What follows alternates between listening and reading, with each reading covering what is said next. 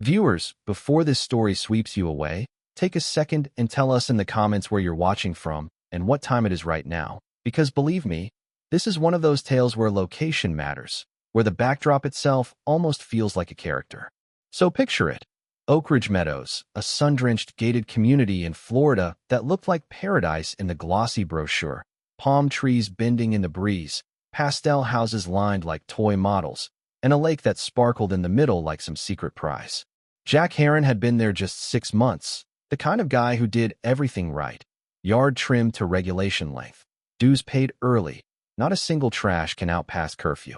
Yet the universe decided to test him one Saturday morning when he took his grandfather's old fishing rod, shuffled down to the creaky wooden dock, and tried to let the ripples soothe his bones after another bruising week running his auto parts shops. That's when Karen Whitaker showed up, the HOA president with her golf cart humming like a war drum and her sunglasses tilted like a queen's crown. She slapped a $500 fine in his hand for fishing without permission, waving a violation slip as if it were a royal decree. Jack tried holding up his state permit, freshly renewed, but Karen smirked. Rules were rules, she said, as though she personally authored the 10 Commandments. It wasn't just the sting of $500, though that was plenty. It was the way she said it, the condescension dripping like spoiled honey, the idea that a man couldn't so much as cast a line without bending the knee. At dinner, Jack ranted to his wife Sarah, who calmly warned him Karen had a reputation, a kind of mini-dictator who used fines like oxygen. And Sarah wasn't wrong. Word around the neighborhood confirmed it. One guy said she fined his sister $200 for a lakeside barbecue. Another whispered about unapproved bird feeders that drew her wrath. If historians ever sit down to debate the pettiest uses of power, Karen Whitaker's crusade against bird feeders might just make the short list. Jack's buddy Tony had the clearest advice. Man, don't roll over. That's how she wins. Jack felt the truth sting his chest. The fine became a symbol, a reminder of what happens when you let one person decide the air you breathe. He started scanning the bylaws late at night, eyes burning, realizing how vague the language really was. Nothing about fishing permits, no mandate for her signature. Then came the curveball from Mrs. Gladys Thompson, the 80-something widow sipping lemonade on her porch swing, who let slip the nugget that would change everything. Honey, that lake was never the HOA's. It belonged to some absentee guy who stopped paying taxes years back. County seized it. The words landed like a thunderclap. If true, Karen had been bluffing, ruling over property she didn't even own. Jack's pulse quickened, mind racing. What if the very ground of her empire was built on sand? Jack didn't sleep much after that porch swing revelation, tossing and turning like a kid the night before Christmas, except this gift wasn't a toy. It was the possibility of freedom. The very next morning he drove to the county office in Gainesville, hands sweating on the steering wheel, his heart pounding as if he were sneaking into some hidden vault. The clerk behind the counter confirmed it with the casual tone of someone reading a grocery list. Yep, the lake had been forfeited years ago, still sitting there for anyone willing to cover the back taxes. It wasn't cheap, but it wasn't impossible either.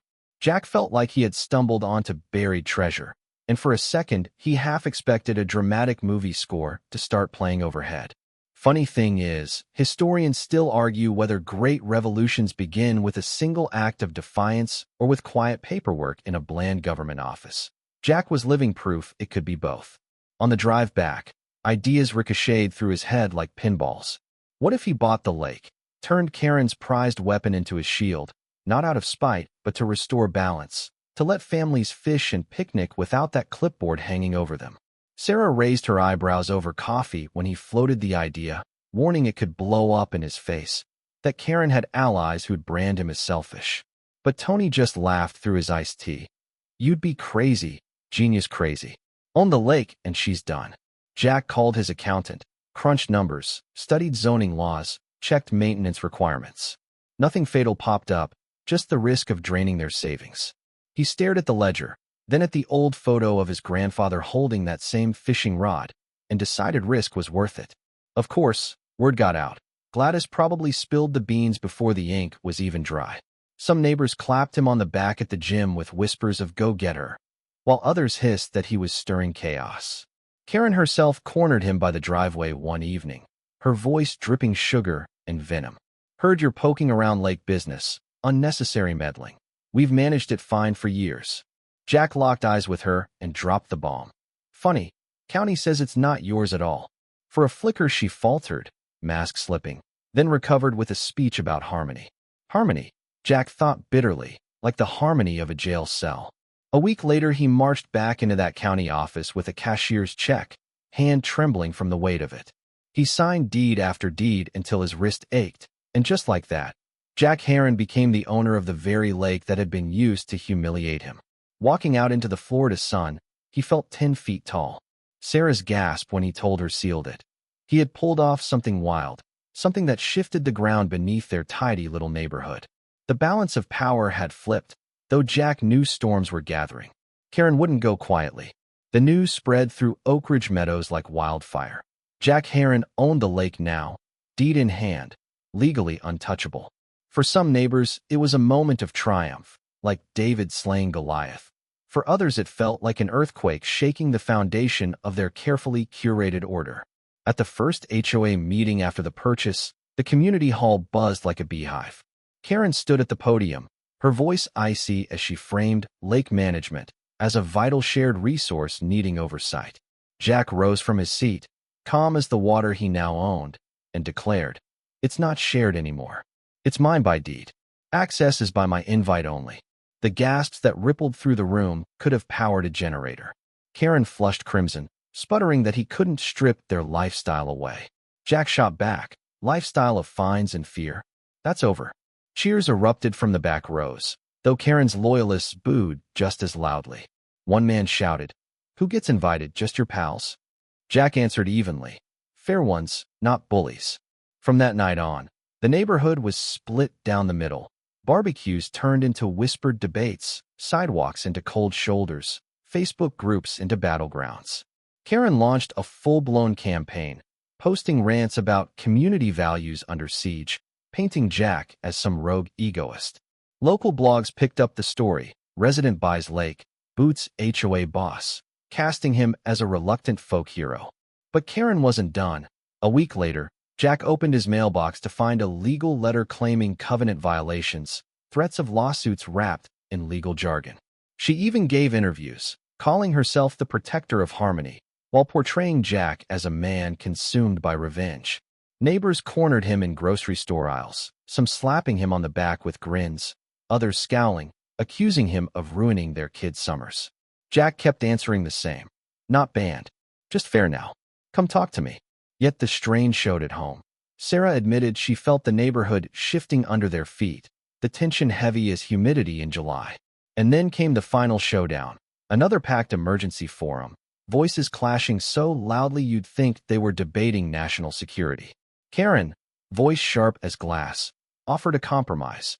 Let the HOA help maintain the lake in exchange for shared access. Jack listened, then shook his head slowly.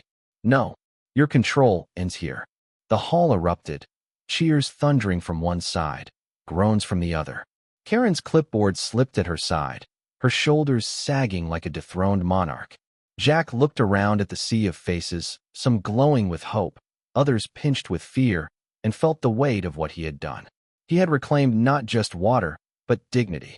Still, scars remained, friendships frayed, property values whispered about. He asked himself in the quiet of moonlit nights by the dock whether it had been worth it. His answer came every time in the ripple of the lake, in the laughter of a kid casting a line without fear of a fine. Yes, it was worth it. And maybe that's the lingering question. When do you compromise, and when do you fight? Historians still argue whether the greater victories are won in peace or in resistance, but Jack knew one thing. Tyrants don't topple themselves. Sometimes you have to stand up, write a check, and change the story. The night cools, the ripples fade, and so does our tale. Imagine the lake under starlight, silvered by the moon, silent now except for the occasional plop of a fish breaking the surface. Let your breath slow, let your shoulders drop, and picture yourself sitting at that dock, free of rules and fines, just the night air brushing your skin and the water stretching wide and calm. It's a reminder that battles, no matter how noisy, always end in stillness, and that dignity, once reclaimed, glows softly like lantern light on the shore. Drift with that image, hold it gently, and let it carry you into rest.